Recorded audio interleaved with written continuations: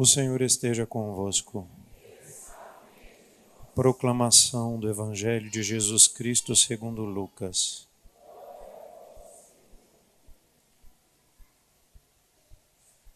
Naquele tempo, as multidões perguntavam a João: "Que devemos fazer?" João respondia: "Quem tiver 2 túnicas, dê uma a quem não tem, e quem tiver comida, faça o mesmo." Foram também para o batismo cobradores de impostos e perguntaram a João: "Mestre, que devemos fazer?" João respondeu: "Não cobreis mais do que foi estabelecido." Havia também soldados que perguntavam: "E nós, que devemos fazer?" João respondia: "Não tomeis à força dinheiro de ninguém, nem façais falsas acusações. Ficais satisfeitos com o vosso salário." O povo estava na expectativa e todos se perguntavam no seu íntimo se João não seria o Messias. Por isso João declarou a todos: "Eu vos batizo com água, mas virá aquele que é mais forte do que eu. Eu não sou digno de desamarrar a correia de suas sandálias. Ele vos batizará no Espírito Santo e no fogo. Ele virá com a pá na mão, vai limpar sua eira e recolher o trigo no celeiro. Mas a palha ele a queimará no fogo que não se apaga." E ainda de muitos outros modos, João anunciava ao povo a boa nova. Palavra da salvação.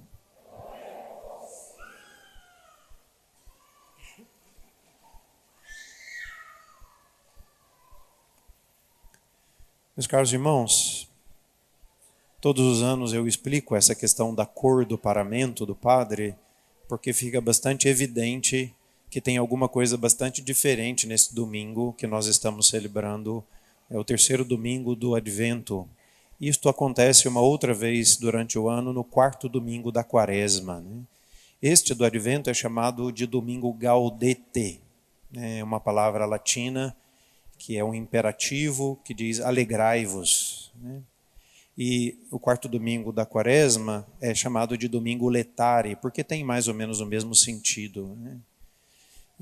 E este domingo leva este nome por causa desta, vamos dizer assim, do centro da liturgia de hoje também há uma mudança da cor do paramento, né? Mas leva este nome porque na antífona de entrada, que antigamente era cantada no lugar, podemos dizer assim, do canto de entrada da celebração da Santa Missa, que normalmente era um versículo bíblico, né? Então, a antífona de entrada dessa missa começa justamente dizendo alegrai-vos. Em latim era gaudete, né? E por isso este domingo é conhecido como domingo gaudete.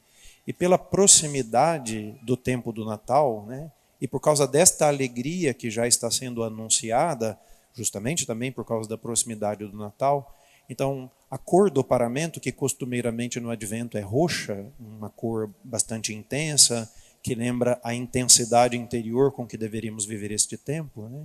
Então ela é amainada por um róseo, justamente porque o róseo é a mistura do roxo com o branco. Então a proximidade do Natal e da alegria do Natal e das festas do Natal, então faz com que a igreja também nos ofereça um sinal na sua liturgia, ou seja, né, uma cor que também, de algum modo, vai nos apontando para aquilo que nós queremos celebrar daqui a pouco no Natal de Jesus Cristo, né?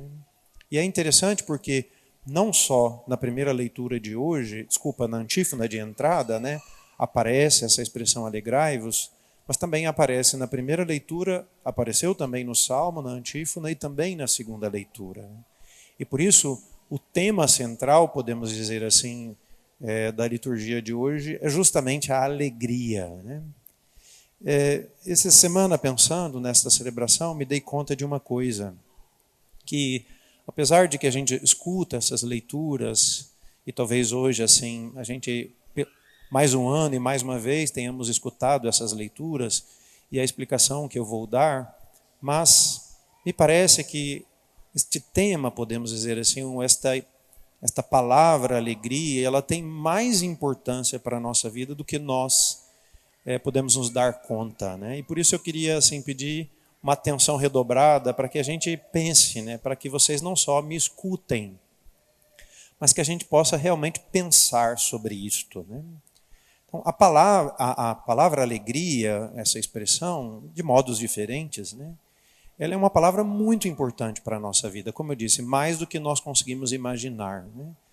E há uma razão, que é aquela que nós mais acessamos mais facilmente da nossa vida, é que a alegria é um sentimento que pertence à nossa vida cotidianamente, e nós a experimentamos todas as vezes que nós entramos em contato com alguma coisa que nos é cara, que é boa, que nos dá prazer. Então, por exemplo, né?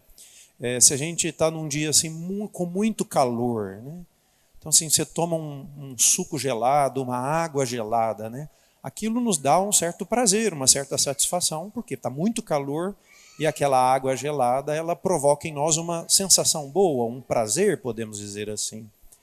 E esta sensação boa, esse sentimento bom, nós normalmente chamamos de alegria, né? Ainda que a gente naquele momento não pense desta maneira, né? E eu falei da água, mas a gente poderia falar de uma série de outras coisas. Poderia ser uma boa comida, poderia ser alguma coisa que a gente vê, que a gente ouve, né? Alguma coisa que também nos toca fisicamente, uma ideia que nós temos, né? Uma pessoa que nós nos encontramos e que fazia tempo a gente não encontrava, né? Coisas desse tipo assim que a gente experimenta e que nos dá um prazer assim, sensível. Nós podemos de algum modo sentir isto, né? Perceber isto, né? Então, o resultado, podemos dizer assim, dessa experiência ou desse prazer, nós chamamos justamente assim com esse nome de alegria, né? E por isso é algo muito presente no nosso dia a dia, né? Sentirmos-nos alegres, e estou usando a expressão justa, né? Sentirmos-nos alegres, sentir alegria, é uma coisa muito presente no nosso cotidiano. Nós fazemos essa experiência cotidianamente, né? Porém, há uma razão um pouco mais profunda que a gente não considera com mais seriedade, talvez até porque a gente não escuta isto tanto, né? Que nós fomos feitos por Deus para a alegria, né? Nós somos chamados por Deus para a alegria. Então, os santos, né, são chamados de bem-aventurados. Jesus vai lá no Sermão da Montanha falar sobre as bem-aventuranças. Ele vai dizer, bem-aventurados os pobres, bem-aventurados os perseguidos e assim por diante, né? Então, nós usamos esta palavra bem-aventurado, que literalmente quer dizer alegres, felizes, né? A palavra lá em grego é makarioi, que a gente traduz com esta palavra, mas o sentido literal de makarios é alegre, né? Ou alegres, se fosse no plural, né? Então, nós somos chamados à santidade, nós somos chamados a viver com Deus para sempre no paraíso, no céu. E esta experiência que nós fazemos de vivermos definitivamente com Deus é chamada também de alegria, né? Só que qual é o grande problema, né? Que a gente usa a mesma palavra, mas o nível em que nós estamos usando essas palavras são muito distintos, né? Uma é o nível do afeto, do sentimento, do prazer que a gente prova diante de uma experiência que é sensivelmente boa, né? Que a gente sente uma coisa boa. E uma outra é um nível que não necessariamente passa pelo sentimento, né? E é interessante porque se a gente for olhar bem, o nosso mundo mais ou menos gira em torno desta procura de felicidade e de alegria. E por isso esta palavra, ela tem também uma espécie assim de efeito mágico em nós, né? Se alguém diz que eu vou fazer uma coisa e vou ser feliz, aquilo nos atrai assim imediatamente, né? E por isso que se a gente vai ver, o cara vai fazer propaganda, sei lá, de alfinete, né? Ele põe uma pessoa toda feliz pegando o alfinete na mão, né? Porque aí a gente associa o alfinete à felicidade, né? Vocês já viram alguém fazer propaganda de casa no Alphaville, umas famílias tudo assim, né? Não é assim não, né? Põe lá os meninos correndo na grama, né? Todos felizes, né? O casal que se beija feliz, né? Todo mundo pensa assim, eu vou para essa casa, eu vou ser igual a esta família, né? Eu vou ser feliz, né? Então, essa palavra tem um efeito meio mágico na nossa vida, porque, claro, como eu disse, nós temos uma vocação à felicidade e, ao mesmo tempo, a gente tem essa sensação boa que a gente também chama de felicidade. Por isso, esta palavra nos atrai muito e, por isso, ela também se torna um perigo na nossa vida, né? E por isso que o tema de hoje, como eu disse, é mais importante do que nós podemos pensar, né? Mas quando a gente escuta, por exemplo, o texto de Sofonias hoje, né, que foi escrito no momento em que o povo de Israel estava em guerra, né, o povo de Israel estava em guerra, e não só em guerra, o povo de Israel estava ainda numa decadência moral enorme naquele tempo em que o profeta Sofonias escreveu o seu livro, exercitou a sua profecia. E Paulo também, quando escreve a carta de São Paulo aos Filipenses, né, Paulo também está preso. Não é que Paulo está num trono de ouro coroado com uma coroa cheia de pérolas e reinando assim no mundo, né? Não, Paulo estava preso, né? Paulo estava numa situação extremamente delicada, né? E seja Paulo que o profeta Sofonias exortam as pessoas de uma maneira imperativa, né? Não é que ele está pedindo alguma coisa, ele está mandando, né? Alegrai-vos, né? E aí, quando a gente escuta esse tipo de palavra, considerando sobretudo o contexto desses livros, a gente pensa, mas como é que a gente pode mandar alguém ser alegre, né? Isso é uma coisa interessante, assim, às vezes a gente, né, como padre, eu faço essa experiência, às vezes vou visitar certas pessoas ou acompanho certas pessoas em situações muito delicadas da vida, muito difíceis, né? E claro, a gente fica vendo aquele sofrimento e a gente gostaria que a pessoa, né, se levantasse, se recuperasse, pudesse sair daquela dificuldade, né? E, então, como é que você pode dizer para uma quebra, não, né? Alegrai-vos, né? Ou alegra-te, né? Fique alegre. Como é que a gente pode dizer isso? Quase como um imperativo. Como se fosse um passe de mágica isto, né? Mas por que é difícil a gente falar desta alegria desta maneira? Porque, infelizmente, na nossa cabeça predomina esta ideia de uma alegria que só pode estar associada ao prazer, a uma boa sensação, ou uma situação assim cômoda, fácil, né? E aí é difícil falar de alegria em momentos de tristeza, é difícil falar de alegria quando tudo é sofrido, delicado, né? Porém, se a gente entra neste nível que o Evangelho, que a palavra de Deus nos traz, de uma alegria que tem uma outra característica, podemos dizer assim, agora a gente entende porque Sofonias e porque o Paulo poderiam falar desta alegria, e podiam falar inclusive como imperativo. Nos dois textos aparecem duas expressões que a gente tem que considerar seriamente. O profeta Sofonias vai dizer, o Senhor teu Deus está no meio de ti, né? Isso é uma coisa interessante. A palavra hebraica literalmente não quer dizer no meio de ti, mas porque às vezes a tradução ficaria meio estranha, né? Mas é literalmente o Senhor Deus está no teu ventre, né? E por isso que quando a gente celebra alguma festa de Nossa Senhora, a igreja nos faz ler esse texto de Sofonias, porque de fato Maria foi aquela que trouxe o Senhor no seu ventre, né? Então, qual é o motivo da alegria que Sofonias está dizendo ao povo? Não é assim que está tudo bem, a gente está rindo, está tudo gostoso, maravilhoso, a gente está aqui feliz da vida em Jerusalém, temos... Não era...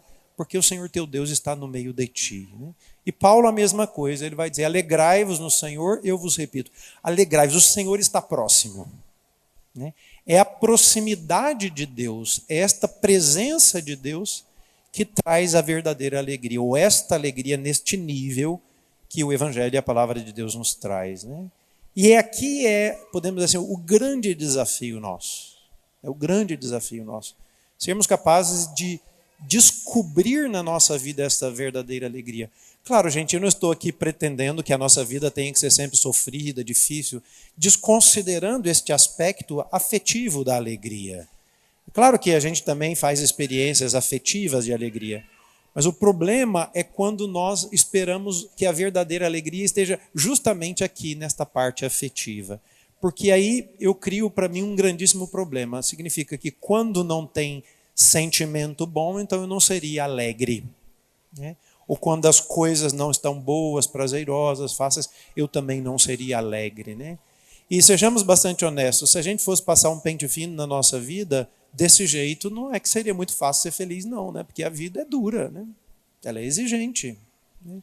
Ontem nós celebrávamos lá a missa de formatura do colégio e eu quis falar uma palavrinha, sobretudo para os alunos da terceira série. Eu disse, olha, vocês agora vão para uma nova fase da vida de vocês, certamente muito mais exigente do que vocês estão falando, né? Eu disse, a vida é difícil, ela é exigente, né? E se a gente pensa muito bem, né? Se fosse assim, né? Como é que a gente poderia ser feliz, né? Então, a felicidade tem que entrar num outro nível, né? A gente tem que entrar num outro nível de percepção da felicidade, que é justamente esta da proximidade da presença do Senhor. Por isso a igreja, com tanta ênfase, fala da alegria do Natal, né? Não é porque ela está esperando que neste tempo todo mundo assim fique feliz afetivamente, que a vida de todo mundo esteja muito boa, muito alegre, cheia de prazeres e facilidades. Não é isto, né? A felicidade que a igreja está anunciando para nós com este tempo é essa do Senhor que está próximo. Na verdade, é o Senhor que depois vai vir para o meio de nós, vai estar no nosso meio, por causa do seu Natal, né? E aqui eu queria aproveitar que no texto de hoje do Evangelho, diante da pregação de João Batista, todas aquelas pessoas que se aproximavam lá perguntavam, né? O que devemos fazer? O que devemos fazer? Né? O que devemos fazer? Apareceu 3 vezes a mesma pergunta, né? Então, eu queria aproveitar essa pergunta e dizer, e aí, tudo bem, e nós? O que devemos fazer então? Né? O que nós vamos fazer diante dessa realidade? Acho que uma primeira coisa é que a gente precisa começar a rever o nosso conceito pessoal de alegria e de felicidade. Né? Quando a gente diz assim, você é feliz? Né? Essa é uma pergunta que às vezes assim, a queima-roupa ela é bastante difícil de ser respondida, porque se a gente olha para a nossa vida, né? Se eu penso assim, numa vida cheia de problemas, de dificuldade, né? Aquela rotina, levanta cedo e tem tanta dificuldade, os problemas... E se a gente olha assim também para os afetos que a gente experimenta cotidianamente, né? Que resposta a gente daria honestamente? A maioria de nós não tem coragem de dizer assim, não sou. A gente manda também a queima-roupa, não, eu sou feliz, não sei o quê, né? Mas se a gente começar assim a perguntar também no nível mais profundo da nossa existência se somos ou não somos felizes, talvez nós nos surpreendamos com um alto nível de tristeza interior. Né? E talvez justamente porque nós estejamos apostando a aquisição ou a experiência da alegria do lado errado, que é esse simplesmente de uma alegria afetiva, de um sentimento e etc. Né? E que, bom, eu não gosto muito dessa ideia de sentimento, de alegria, porque a gente pode provocar sentimento, inclusive, com coisa errada. Né? Alguém pode tomar uma dose de uma droga e ter uma experiência afetiva extremamente alta. Né? Mas ninguém aqui teria coragem de dizer que isto é alegria. Né? Ou seja, um sentimento bom podemos estimular de diversas maneiras, inclusive não lícitas. Né? Então, eu acho que uma primeira coisa é começarmos a assim, cavucar dentro do nosso coração e, quem sabe, começarmos a mudar este conceito, esta ideia de felicidade que nós temos e que nós acabamos depois trazendo para a nossa vida. Então, qual alegria nós estamos buscando? Então, que tipo de alegria eu pretendo para a minha vida, para a vida da minha família, para a vida dos meus filhos? Né? Eu sei que todo pai quer ver os seus filhos felizes. Né? Mas o que significa isto? Né? Um pai quer ver um filho médico, rico, cheio de coisa, basta isto? Isto é a felicidade? Né? Ou ele quer para este filho a união com Cristo, a unidade com Deus, a comunhão com Ele, que é aquilo que pode trazer a verdadeira alegria, entendeu? Então, que tipo de ideia nós temos e que a gente precisaria entrar profundamente e, quem sabe, pela meditação constante, pelo questionamento disto, né, começar a mudar o nosso conceito de alegria. Como eu disse, sem negar que há um sentimento bom que nós podemos chamar de alegria, mas para pensar naquela verdadeira alegria cristã que está na nossa união com Cristo. E aqui, assim, é muito forte, né? Uma vez uma pessoa comentou comigo, né, que o seu filho perguntou, que a mãe ficava falando, não, que Jesus, etc., né, era muito ser feliz com Jesus, né? Aí a mãe comungava e voltava para o banco, né, e ficava assim, de olho fechado, mas por que você não é feliz quando você recebe a comunhão, entendeu? Assim, ele entendeu bem, né, assim, se ter Jesus é ser feliz, você me diz que você recebe Jesus, você volta para o banco e fica com a cara feia, entendeu? Né? Assim, a criancinha fez um silogismo muito simples, mas muito verdadeiro, né? Então, imagina, nós estamos aqui na celebração da missa. Nós vamos, ainda que não todos, mas vamos receber a Sagrada Comunhão. Isto deveria ser o máximo da nossa alegria cristã. Por isso que eu insisto tanto com vocês, falo da participação da missa, mas porque isso tem uma realidade objetiva que talvez a gente ainda não tenha alcançado, mas que nós deveríamos poder alcançar com a nossa fé. Ou seja, esta alegria de estarmos unidos a Cristo. de vivermos com Ele essa relação de amizade, de comunhão, que é o que vai nos trazer a verdadeira alegria. Pode não nos trazer sempre bons sentimentos, porque às vezes para seguir a Cristo é duro, é exigente. Nosso Senhor diz, aquele que quiser me seguir, renuncie-se a si mesmo, tome a sua cruz e me siga. Então, às vezes seguir Jesus Cristo tem algum incômodo, tem exigências que do ponto de vista afetivo não é que são assim entusiasmantes. Porém, se eu me proponho a isso, então eu desço neste nível muito mais profundo de felicidade. Então, isto é a primeira coisa, né? De começarmos a mudar dentro de nós uma transformação das nossas ideias, dos nossos conceitos, que a gente poderia chamar de uma outra maneira de conversão. Da conversão do nosso coração, que é a palavra que João Batista usa, né? Metanoia. Esse é o significado da palavra. A mudança de pensamento, de conversão. E uma segunda coisa, né? Eu acho que a gente precisa começar também a ajudar o mundo a compreender a verdadeira alegria por causa da comunicação da verdadeira alegria que nós fazemos.